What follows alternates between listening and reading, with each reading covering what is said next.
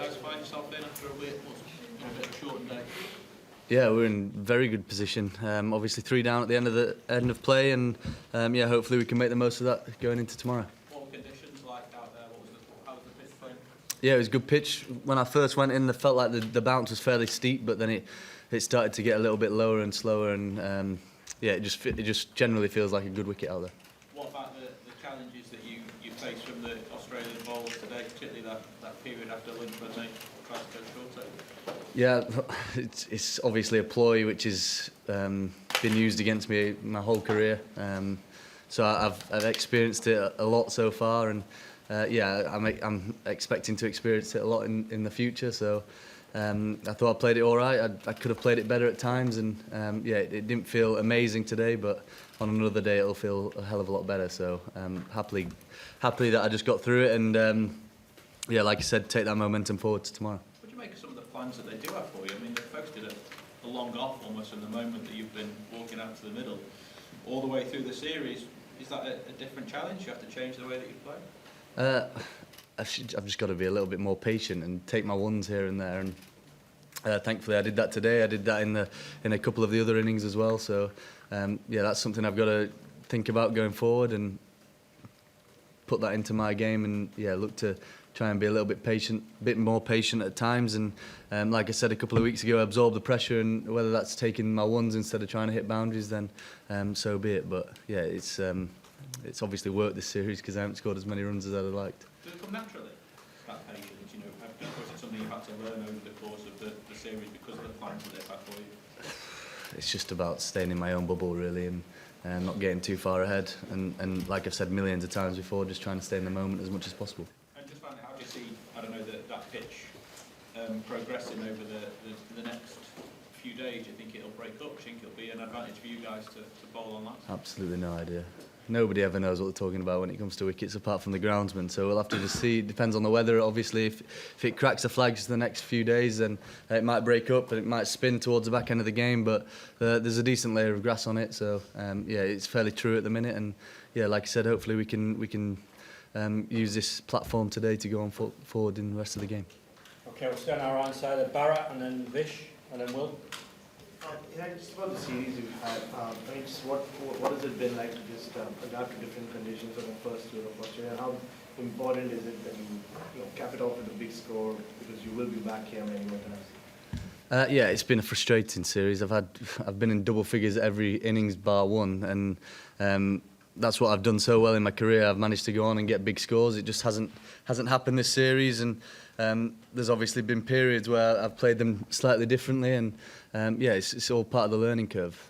It's not an easy place to come and tour. The surfaces do change every game and throughout the game. So yeah, it's been a good trip to be a part of, and obviously we've ended up on the wrong side of it. But like you say, hopefully there'll be plenty more times to come over here.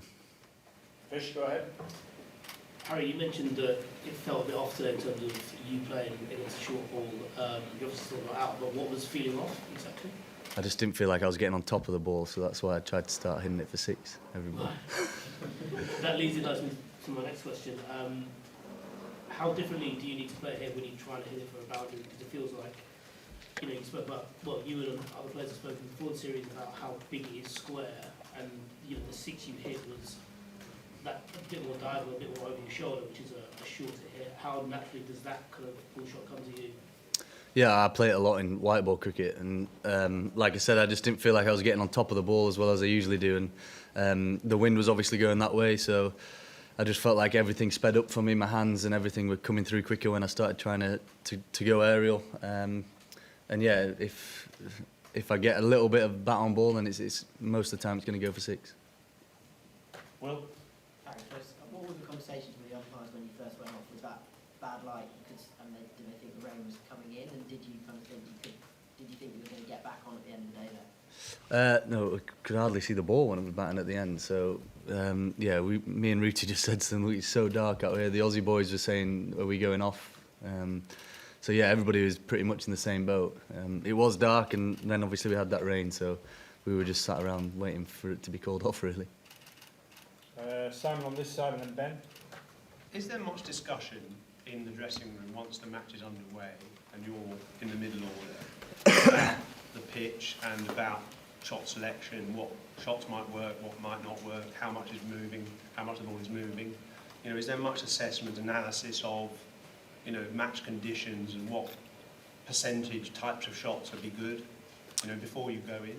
Yeah, absolutely. You do that individually, really. You're watching the game. We've got a lot of screens in the changing room where we can see it from the behind the bowler, so you get to see what's going on, whether it's nipping, swinging, all sorts of different things. You can slow it down. You can go and have a look at the analyst's computer and have a look, and yeah, there's all sorts. There's little conversations here and there, but the more words that are said, the more confusion can come into your brain. So yeah, try and keep it as simple as possible, and try and figure it out for yourself with the odd helping hand here and there. And you go and look at that data and that footage, do you?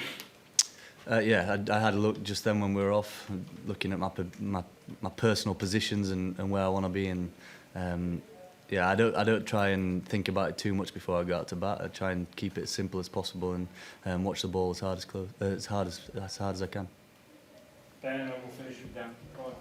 Harry, just with the bad light situation, you know, do you feel there's anything the game can do to find a bit more of a middle ground, I suppose, between you know, the safety side of it for players, but also, you know, from the entertainment perspective for the 40,000 fans that have come to watch? You know, I don't know whether today was the best example of it, but it just happens a lot, I suppose, where there's not much cricket being played and no rainfall.